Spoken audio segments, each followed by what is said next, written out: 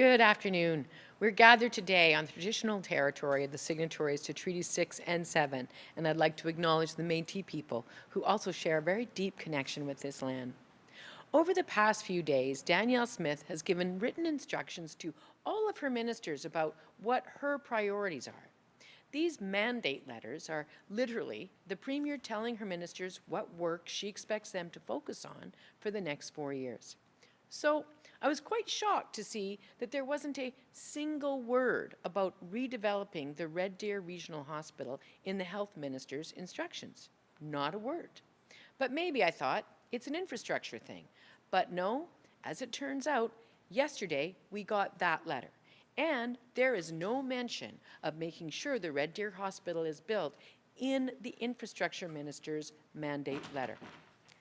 Danielle Smith didn't bother to tell anyone in her government, including her health minister from Red Deer, whether the Red Deer Hospital is a priority for her. But putting letters aside, the facts on the ground make the answer to that question pretty clear. Adriana LaGrange and Jason Steffen stood in the hospital lobby in 2020 and promised that construction would actually start in 2021. More than 3 years later, from that date, there's still no construction anywhere underway. Promise broken. Now, in the past few days, we also know the government issued notice for the fact that a request for proposals would be set up sometime in the next 9 months. Think about that. Once that starts, it will be many months, if not years, for companies to develop their bids in response to that RFP, and then many months, if not years, for the government to select a winner and actually negotiate a contract. If the UCP was slow-walking this project anymore, they would literally be going backwards. In many ways, we are headed in the opposite direction, as the current hospital struggles more each year with understaffing and, at the same time, increasing demands. In both their words and their actions, we can see that the UCP MLAs are not delivering the hospital that folks in Red Deer so badly need. There's a dollar cost to that dithering. Inflation has actually driven up construction costs for non-residential projects by about 23% over the past 2 years alone. That can be hundreds of millions of dollars on a project of this size. But more importantly, there's a cost in lives.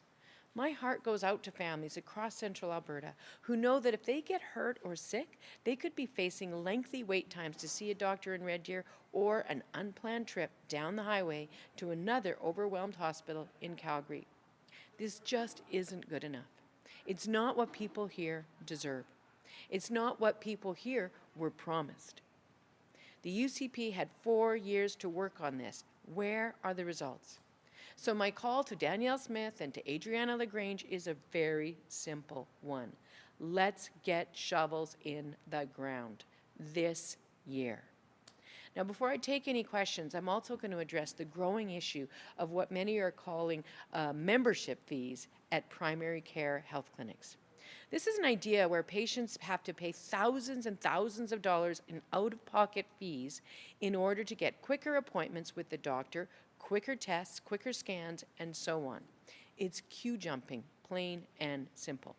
It's also exactly what Danielle Smith swore up and down over and over again she would never do. Despite spending decades of her life campaigning to make Albertans pay to see their doctor, Danielle Smith promised to Albertans in writing, just in the last election, that we would never have to pay to see a family doctor. Less than 2 months after that election, and Albertans are being asked to pay to see the doctor. Promise broken again. Now, on Tuesday, the government said they would investigate the one clinic in Calgary that's been in the news recently with this plan. But we know that's just not good enough. We know of at least 14 clinics in Alberta that are doing this. We need a broad investigation into members-only medicine so that we can put a stop to it. Now, we acknowledge that some versions of these fees may have been charged in a few clinics dating back many years, but the situation today is dire, so much so that it's different. Alberta families don't have the option of simply walking down the street to find another family doctor who isn't associated with Club Med membership fees. Thanks to the UCP, there are entire cities in Alberta where you cannot find a doctor accepting new patients. So the fact of the matter is that this is a critically important problem. I do not accept that a sick child has to wait over weeks and weeks to see their doctor because their parents didn't have a $5,000 annual membership fee sitting around. That's not who we are. Danielle Smith needs to stop these fees from coming into effect at the clinic in Calgary next week, launch a proper system-wide investigation across the province, and change the laws this fall to prevent these kinds of fees from happening at this clinic and any other clinics.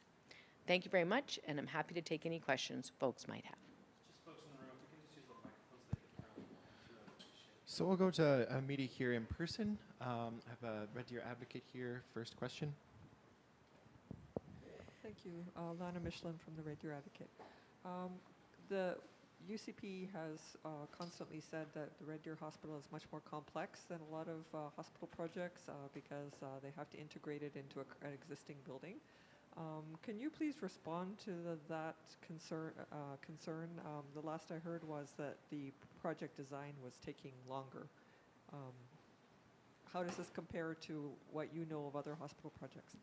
Well, listen, what I know is that it's been over 4 years since the UCP first promised that they would essentially rebuild a new hospital or redevelop the Red Deer Hospital.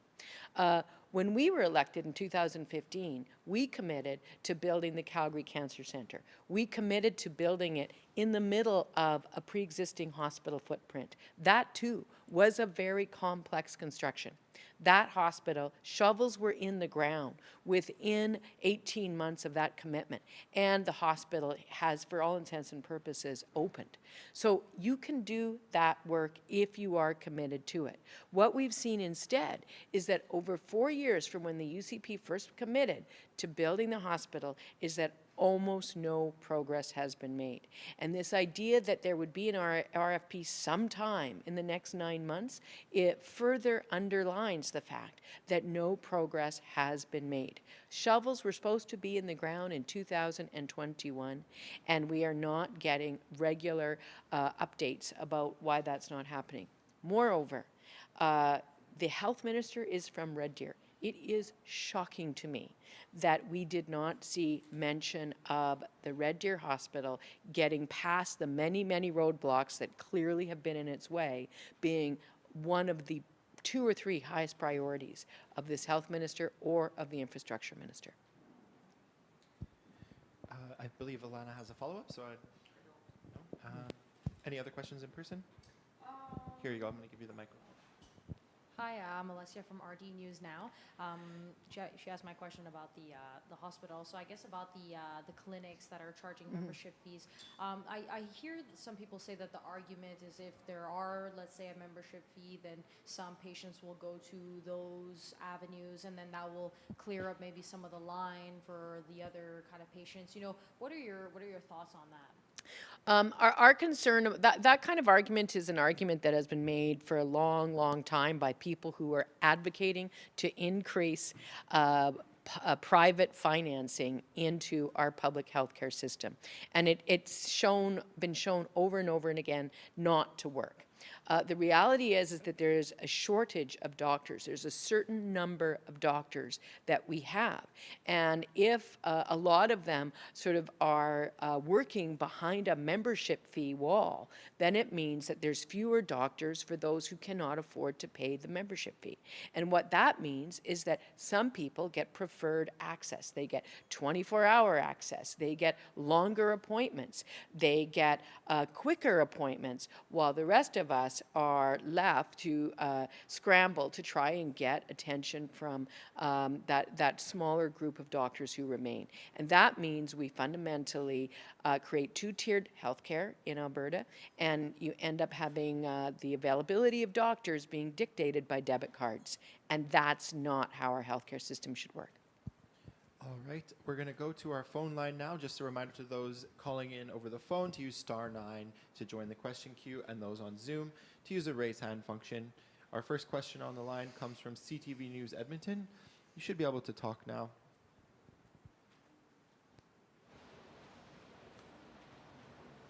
Also about the South Edmonton Hospital.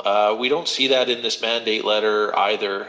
In fact, it looks like the only project that is in this mandate letter is a Calgary Arena project. So I'm just wondering what you think that says about this government's priorities. Well, I am very, very concerned about the UCP's priorities when it comes to moving forward on critically important infrastructure like hospitals. They promised the South Edmonton Hospital in 2019, and there's still an empty field there. They promised the Red Deer Hospital in 2019, and there's no shovel in the ground. In this last election, they promised that they would start work on a North Calgary medical clinic, like sort of a smaller emergent care center. And I very much worry that we're not going to see any movement on that either.